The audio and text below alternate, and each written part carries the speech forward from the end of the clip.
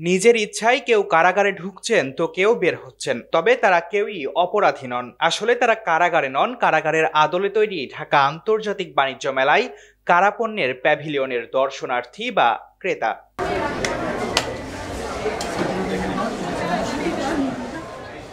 অপরাধীদের শাস্তি দিতে রাখা হয় কারাগারে, তবে সেই কারাগারই এখন হয়ে উঠেছে শিল্প কারখানা।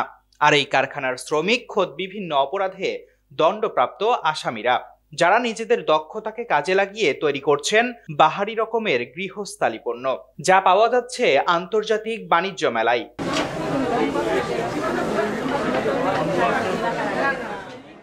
কারাগারের আদলে তৈরি এই প্যাভিলিয়নে মিলছে দেশের প্রায় অধিকাংশ কারাগারের বন্দীদের হাতে তৈরি বাঁশ ও বেতের মোড়া, পাটের তৈরি ব্যাগ, নকশি কাঁথা, পাপোশসহ গৃহসজ্জার বাহারি সব পণ্য।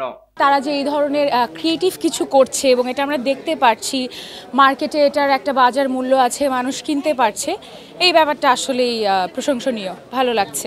সবগুলো হাতের কাজের, যেমন এই যে মোড়া বা মিনিটি ব্যাগ, তারপরে যে শপিং ব্যাগ, যেগুলো সবগুলো হাতের কাজ খুব সুন্দরভাবে, এবং যে এগুলার শেপগুলা খুব সুন্দরভাবে করছে, কোয়ালিটিও ভালো।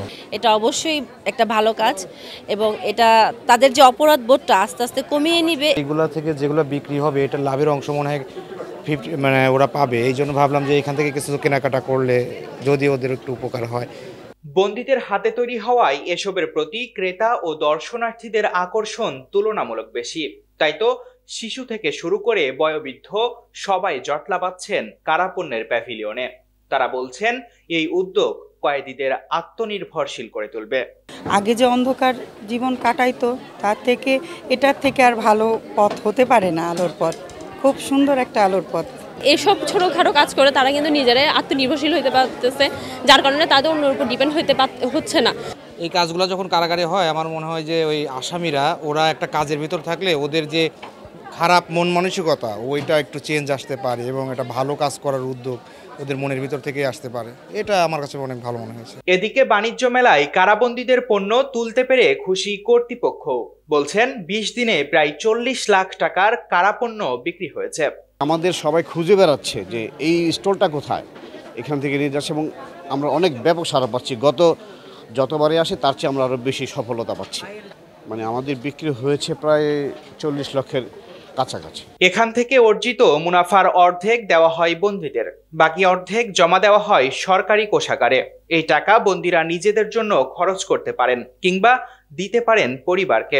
এমনই সব তথ্য জানালেন বাংলাদেশ জেলের ডেপুটি জেলার। কারা কর্মকর্তা কর্মচারী স্যারদের নির্দেশনায় এবং উন্নত প্রশিক্ষণের মাধ্যমে কিন্তু কয়েদিদের দ্বারাই আজকে এই সফলতা।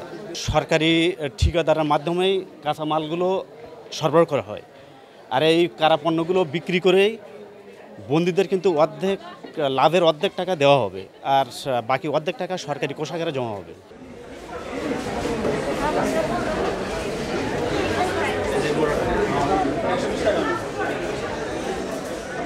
দর্শক, হাজারো বন্দীদের নিপুণ হাতে তৈরি বাহারি এসব জিনিস নতুন সম্ভাবনার দুয়ার খুলবে। আগামীতে দেশের চাহিদা মিটিয়ে বৈদেশিক মুদ্রা অর্জনে ভূমিকা রাখবে বলে মনে করছেন অর্থনীতিবিদরা।